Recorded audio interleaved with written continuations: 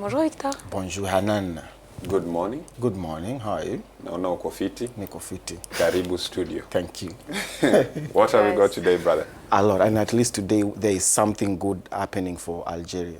Oh, We have an good item news. for that. Yes. I'm listening. Okay, well, hello Africa, and to all our viewers from wherever you're watching us from. This is the Sports Chronique. I am Victor Muisu. Now today we are camping at the volleyball courts in the Tunisian capital, Tunis, where the dust is just settling down after the men's competition of the African Club Volleyball Championship. Now the CAVB, that is the Confederation of African Volleyball President Dr. Amr Elwani, served off the tournament on the 17th of March, and by the time the curtains were falling down on the 27th, he was giving out the winner's medal to Egyptian Club Al Ahly, who beat Tunisia's Etoile du Sahel 3-1 in what we could have called the Maghreb Derby.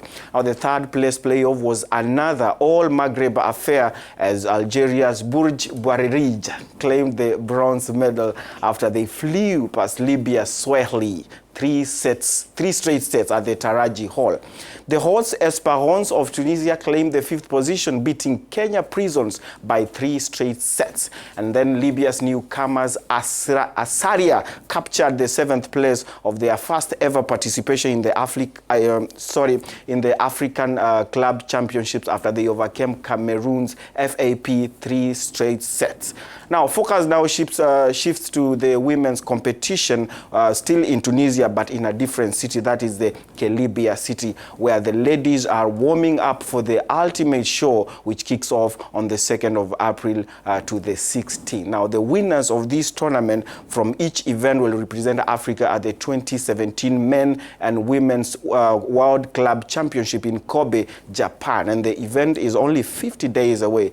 Well, ahead of the women's event, we spoke to a sports journalist, Elvis Joshua, who's in Tunisia following up on the goings-on over there. We asked him what the situation is like before the women's showdown serves off this Sunday, and especially the teams to watch. Take a listen. So far, I don't have the exact number of how many teams have registered yet. But I'm made to understand that they can be over 10. That's quite a big number.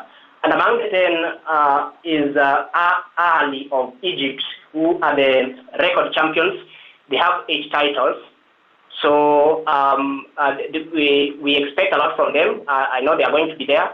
We also have Kenya Pipeline from Kenya.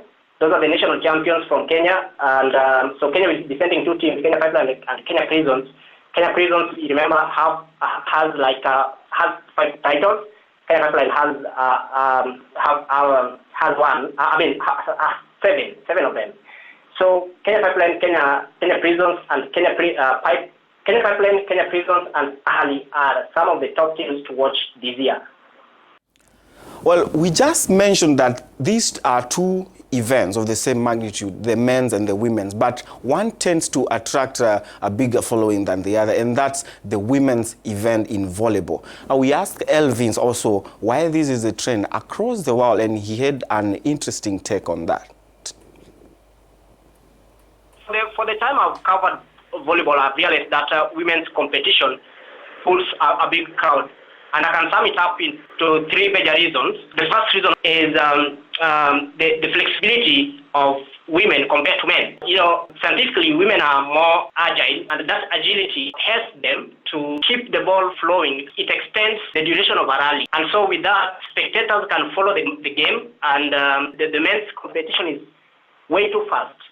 So the fact that the ball can stay in the air for a very long time, it pulls fans. It's kind of interaction between players and fans. Compared to men, again, if you look at the FIVB calendar, there's quite a number of competitions for women, unlike men. For example, if you take the Kenya national team, the 2 teams, men and women, the last time the men's team took part in an international event was way back in 2015. But their women's team took part in several competitions, including the World Grand Prix. They took part in the Olympics qualifiers. They also took part in the World Cup in Japan, all after games, and several local competitions. Well, that report by Elvins marks the end of today's Sports Chronique. Remember, you can always log on to our website, www.africanews.com/sport, to get yourself up to speed with the sports news making headlines across the continent and beyond. I'm Victor Muisio. Until next time, have a great weekend.